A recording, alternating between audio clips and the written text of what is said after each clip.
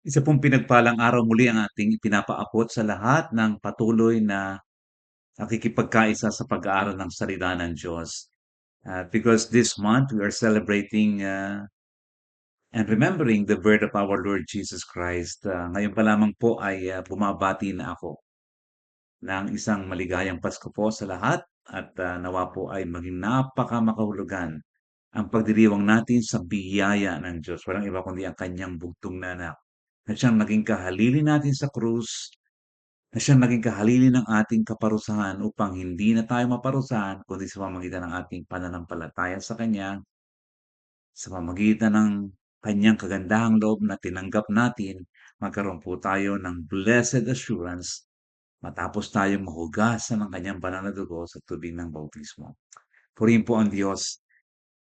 When we read the Bible, we normally skip the list of genealogy. Lalo tigit ko po pag dumating tayo sa Matthew chapter 1. We should not, and I admonish you not to miss and not to skip the genealogy in Matthew chapter 1. There are some great lessons to learn from here. We also heard about the saying, kung ano ang puno ay siya ang bunga. Kung hindi maganda ang puno, malimit daw hindi nagiging maganda ang bunga, which is nangyayari talaga. But this is not always true. That could be a good observation, but that is not the truth.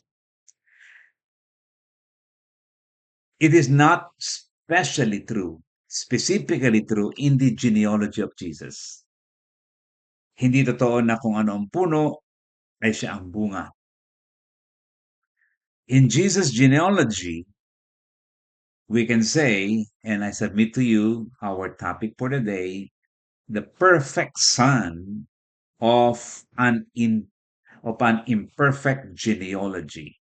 The perfect son of an imperfect genealogy. Imperfect ang genealogy, pero hindi naging masama ang bunga, naging perfect pa nga at perfecto pa nga. Let me tell you this, mga kaibigan, mga kapatid, na Christmas offers wholeness.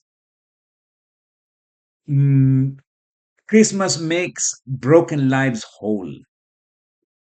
At kung ang ating buhay ay nagdudusa, kung ang ating buhay ay basag at durog at tila walang kasaysayan, walang saysay, walang kahulugan, Christmas brings fullness. Muli nitong binubuo ang mga wasak na buhay because of the coming and the birth of the Lord Jesus Christ.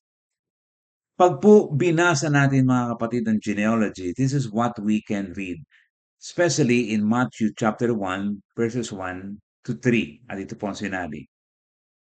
Ito ang aklat ng lahi ni Jesucristo na anak ni David, na anak ni Abraham.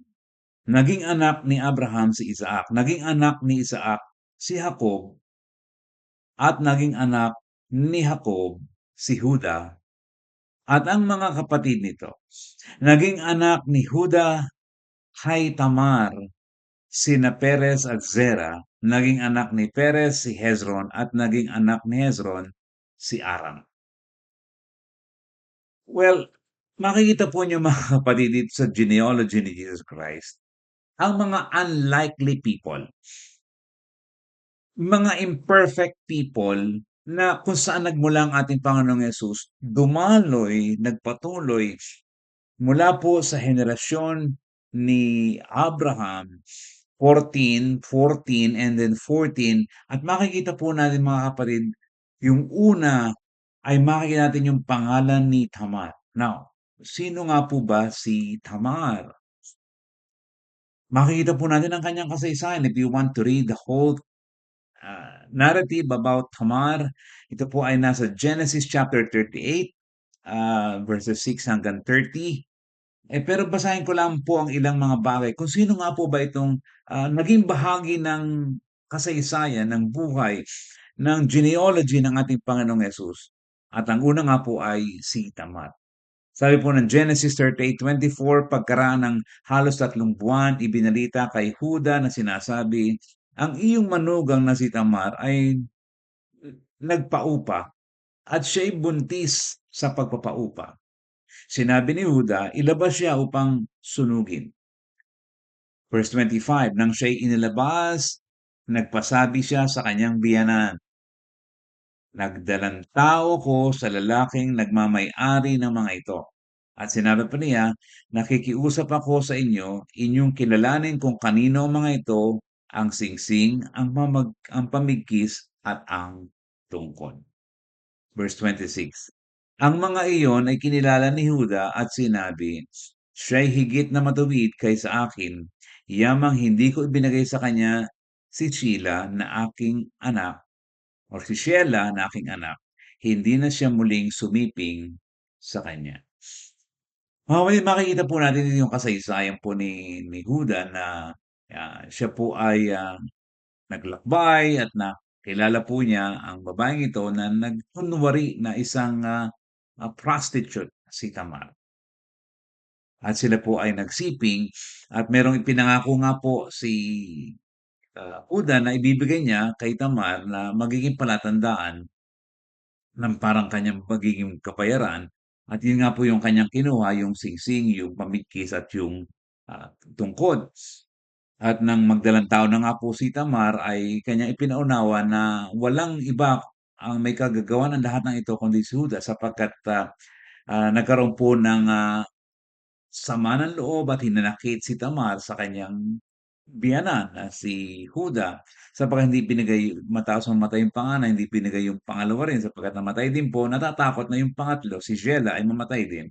Kaya hindi po niya agad ito ibinigay kay Tamar. Kaya dahilan po dito ay gumawa po si Tamar ng isang pangyayari na makakapagpaalala ng kanyang o makakapagsumbat po kumbaga kay Huda. And so, in other words, si Tamar po ay she was accused of being a harlot, an accusation she did not deserve. She was embarrassed sapagkat naakusahan po siya marahil. It is possible that she became the talk of the town dahil lang sa nagdalang tao siya until she revealed what happened. At ito nga po ang ating binasa, inihayag niya kung anong nangyari. It was her father-in-law, Judah, who made her pregnant. At inamin po naman, mga kapatid, ni Judah ang kanyang pagkakasala at ang kanyang pagkakamali. And so, makikita po niyo mga kapatid na hindi po inalis ang ganitong mga kwento sa genealogy ni Jesus. And we can see here the truth that the perfect son of an imperfect genealogy na kagaya po, nakasama doon si Tamar, offers freedom from shame because of some false accusations. Nagbibigay po ng kalayaan sa isang napakalaking kahihiyan. Ang isang dakilang anak, ang isang perpektong anak, bagamat ang kanyang mga lahi, ang kanyang lipi ay hindi perpekto, may mga bahid ng karumihan, may mga pagkakasala, naakusahan ng kung ano-anong mga bagay na di kanais-nais, and yet we can see that the perfect son of this imperfect genealogy is offering freedom from shame. Mahirap po ang napapahiya. At meron pong mga pamilyang sobra ang kahihiyan dahilan sa iba't ibang mga bagay at pagsubok na naranasan nila. And yet, you know what? The perfect son is offering wholeness to those who will seek him, the perfect son. The perfect son of an imperfect genealogy offers wholeness. Let's continue reading the genealogy, chapter 1, verse 5, Mateo 1:5. Naging anak ni Salmon kay Rahab si Boaz. Naging anak ni Boaz kay Ruth si Obed at naging anak ni Obed si Jesse. Now underline the word and the name Rahab. Rahab. Rahab. Now alam po natin mga kapatid ang kasaysayan ni Rahab, hindi po ba? At ito po'y hindi inalis sa lahi o sa listahan ng naging lahi ng ating Panginoong Hesus. Sabi po sa Josue 2:1, si Josue na anak ni Nun ay palihim na nagsugo mula sa Shittim ng dalawang lalaki bilang tiktik na sinasabi, humayo kayo, tingnan ninyo ang lupain at ang Jericho, at sila'y humayo at pumasok sa bayan ng isang upahang babae. Sa iba pong sa footnote po nakalagay, ah, nagbi nag, ah, nagbab siya po ang upahang babae po ay, nagbibigay ng aliw, ano, na ang pangalan ay Rahab at nakituloy doon. So, ito po si Rahab, isa pong upahang babae. Ang sabi nga po ng, dating, Tagalog Biblia 2001. So, what will you feel or how will you feel if others remind you that a part of your ancestry, bahagi ng lahi mo sa mga nauna sa'yo, ay isang prostitute? How will you feel it? How will you react if people will continue to rub it to you? Ang iyong lahi ay may lahi ng prostitution. But you know what? Hindi po ito naging problema sa ating Panginoong Hesus to accept a prostitute in his ancestry. The perfect son did not mind having an imperfect genealogy, even a prostitute, as part of his ancestry or lineage. Bakit po mga kapatid? Because the perfect son of an imperfect genealogy offers freedom from identity crisis because of checkered life or past. Alam nyo, hindi po natatapos sa nakaraan ng isang buhay. Kagaya ni Rahab, maaaring ang kanyang identity ay isang prostitute. But that is not the end of it. She was not defined in the end as a merely prostitute, but she was changed by the perfect son na looking forward to the coming of Jesus Christ because of her faith. Her faith brought her to become a believer of the perfect son. At siya po'y tinubos retroactively ng dugo ni Jesus. And she was even saved by grace. And so, the perfect son offers freedom from identity crisis. Minsan po, stuck up tayo sa mga identity natin. Kung ano yung nakaraan natin. But Jesus, the perfect Son of God, although he had an imperfect genealogy, he offers freedom from identity crisis. Yung po bang hindi natin malaman kung sino tayo? Kung anong pinagmula natin? But in Christ Jesus, we learn that, yes, I am a sinner, but now I am heaven-bound. And this is what defines me. You know, Rahab became a major part of the people of Israel. Alam po natin yun. And she became a part of the people of Israel by protecting its spies, yung mga espiya, by hiding them and letting them go.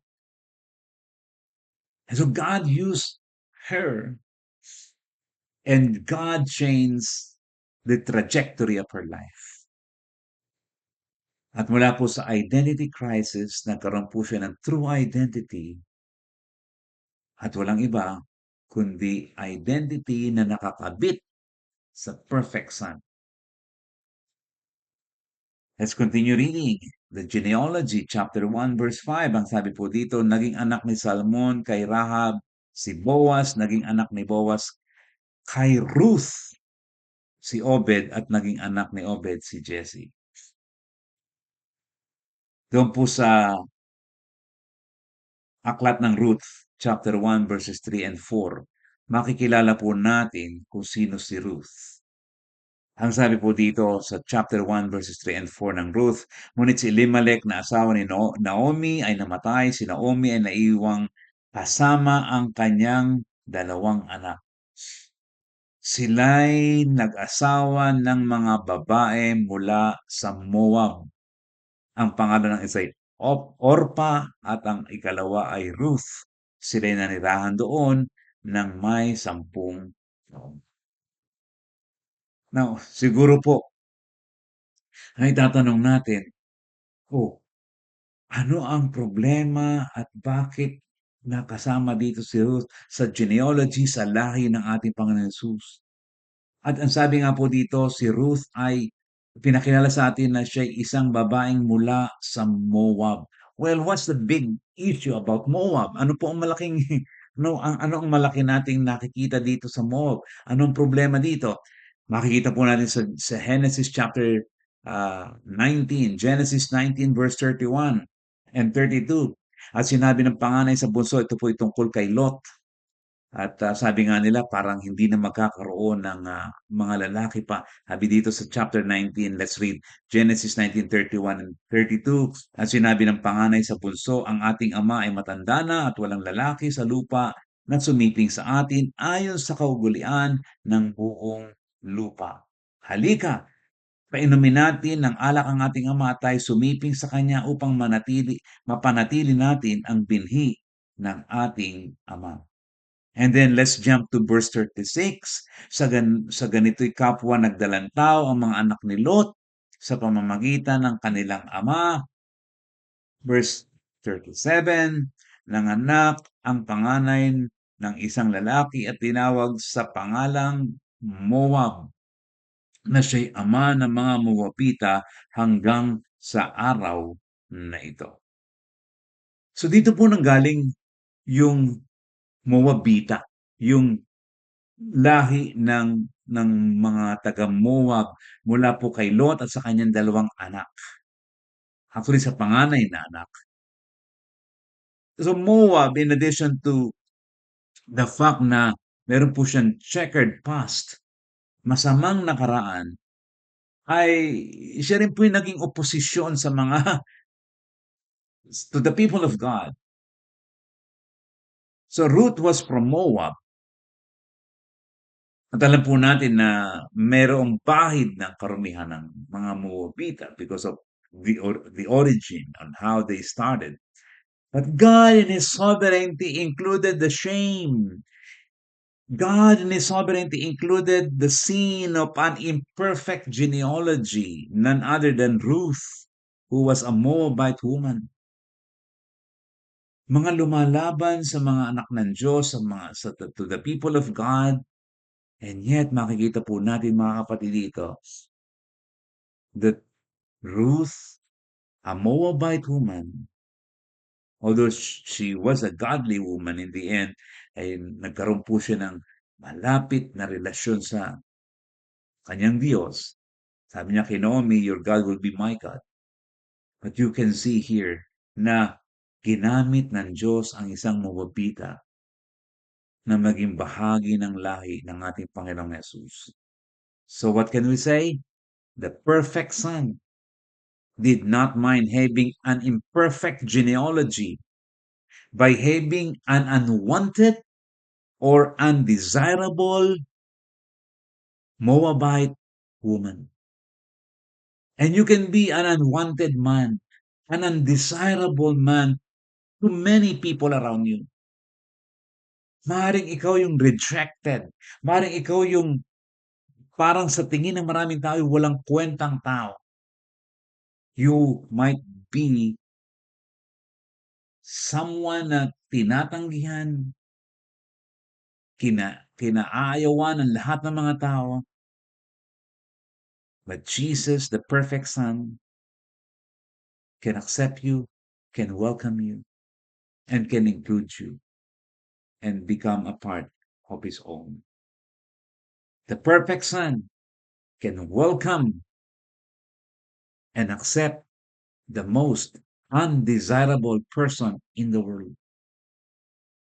The perfect son can welcome and accept the most undesirable person. And so, if you think that you are the most undesirable person, kung ikaw ay nagkakaroon ng kalungkutan at awa sa iyong sarili, I would like to tell you a good news that the perfect son can welcome and accept the most undesirable person. Let's continue reading the genealogy. Mateo 1:6.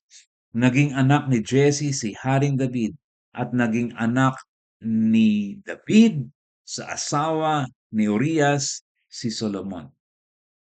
Well, siguro alam niyo na po ang tinutukoy natin dito, si David at yung asawa ni Urias, walang iba kundi si Bathsheba, Uriah's wife.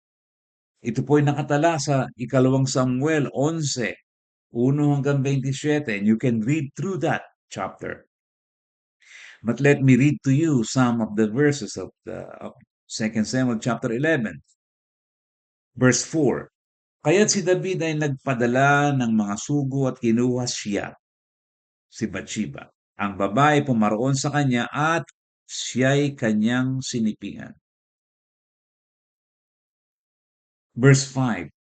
Siya ay katatapos pa lamang maglinis mula sa kanyang karumihan. Pagkatapos siya'y bumalik sa kanyang bahay, ang babae ay naglihi at siya'y nagsugo at sinabi kay David, ako'y buntis. 2 Samuel chapter 11 verse 15. Sa lihim may kanyang isinulat daw po sa leader ng mga sundalo, kay Joab, sa mga sundalo ni David. Ang sabi niya doon sa pinaka-leader ng sundalo ni David, ilagay mo si Urias sa unahan ng pinaka-mainit na labanan pagkatapos kay umurong mula sa kanya upang siya'y masaktan at mamatay. There were two crimes of David. Well, two sins or dalawang kasalanan ang ginawa ni David. Ang una, ang pagsiping kay Bathsheba na asawa ni Uriah at upang matakpan niya ang kanyang pagkakasala ay kanyang ipinapatay ang asawa ni Bathsheba. Mga kapatid, makikita po natin dito ang isang katotohanan na isinama din po dito sa genealogy and in the sovereignty of God. Even the name of David, of course, and Uriah's wife ay isinama po sa genealogy, Bathsheba. Because of this, that the perfect son can welcome and accept the worst sinner. Kayang tanggapin at matatanggap ng perfect son ang pinaka-makasalanang tao. Just like David, na sa dakong huli, dahilan sa kanyang marubdob na pagsisisi sa kanyang ginawang pagkakasala, ay tinawag na a man after God's own heart. Because the perfect son, although he had an imperfect genealogy, this perfect son can welcome and can accept the worst sinners. Pakiramdam mo ba napakarumi mo? Pakiramdam mo ba parang wala ng kapatawaran ng kasalanan mo nagawa? Palagay mo ba ikaw na ang marahil napatawad ka na ng Panginoon pero ikaw hindi mo mapatawad ang sarili mo? Let me tell you the good news. The perfect son can welcome and accept the worst sinner. So ano po ang ating takeaway sa araw na ito? Ito po ang ilan sa mga takeaway natin. Number 1, people cannot change their past. They can only change their future. Hindi natin mapapagpasyahang palitan pa natin ang ating mga nakaraan. We cannot change our checkered life. We cannot change the past. But we can change the trajectory of our future by seeking Jesus Christ, the perfect Son of God. Bagamat bahagi ka ng imperfect genealogy, imperfect na lahi ng mga nakaraan, it can still change your future because the perfect Son can alter your destiny. He can change your destiny. Pangalawang takeaway po, God can use your past, no matter how checkered or ugly. Napakagandang balita, hindi po ba? Na kagaya ni Tamar, kagaya ni Rahab, kagaya ni David, kagaya at ang lahat pa ng mga nasa genealogy na ito na ilang na mga tao na parang hindi karapat-dapat, na merong hindi napakabuting nakaraan. God can use you and me no matter how ugly our past, no matter how checkered. Hindi pinag-uusapan ng ating nakaraan kundi kung sino tayo ngayon sa ating Panginoon Diyos. Another takeaway that we can bring sa ating maiuwi sa ating mga puso ay ito. God can use your present life although you don't deserve it. Ngayon na ikaw ay binabago ng ating Panginoong Jesus at patuloy na binabago because we are all a work in progress. Every one of us who is following Jesus is a work in progress. God can use your life right now, although please understand that we don't deserve it. Ginagamit lamang natin ito because of the Lord Jesus Christ who has given us the privilege to serve Him. And when we use our lives for His glory, it is an act of gratefulness, pagpapasalamat. Another takeaway mga kapatid ay ito. God can use your future to make an eternal impact to countless people. Kagaya po ni Tamar, ni Rahab, kagaya po ni Ruth, na isang Moabita, kagaya po ni David, na nagkasala laban sa kanyang Diyos. Matapos baguhin, God can use your future to make an eternal impact to countless people. Hindi natin alam kung sinong mga tao na ipapadala tayo ng Diyos so we can make a difference in their lives. It doesn't matter what your past was. Ang mahalaga, ang trajectory ng iyong future and how you are submitting to Jesus Christ. Mga kapatid, the perfect Son, Jesus, from an imperfect genealogy, can bring wholeness to every broken life. That is for sure. Jesus is the perfect Son of an imperfect genealogy who can give you hope, who can give you a future. Jesus Christ is the perfect Son who can give you hope and a future.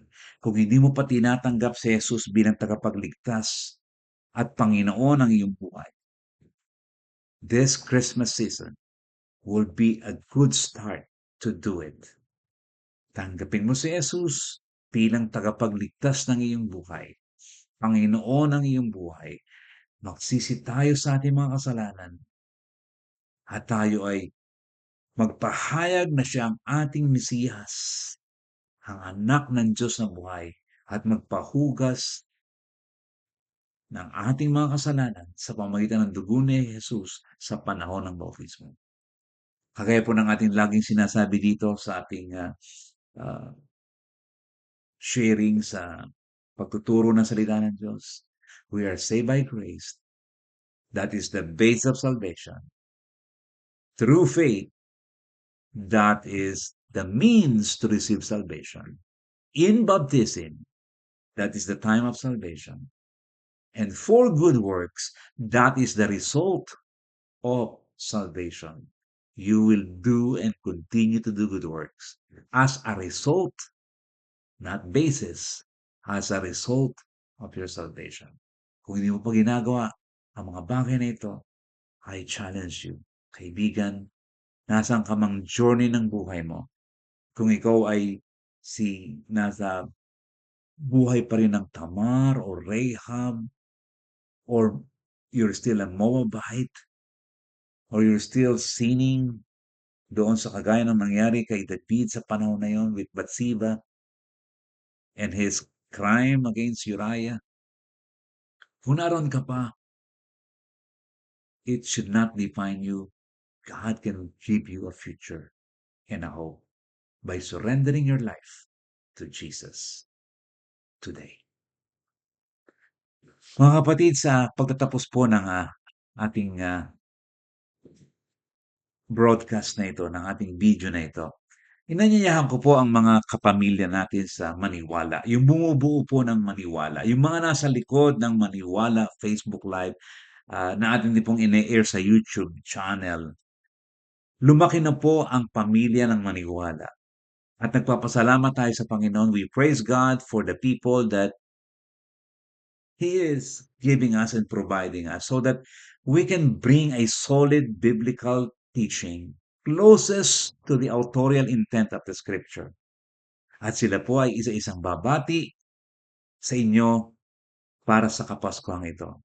I thank God for them at pakinggan po natin, i-welcome po natin ang bawat sa kanila sa kanilang pagpapakilala at pagbati para sa inyo, sa inyong lahat, para sa Kapaskuhang na ito.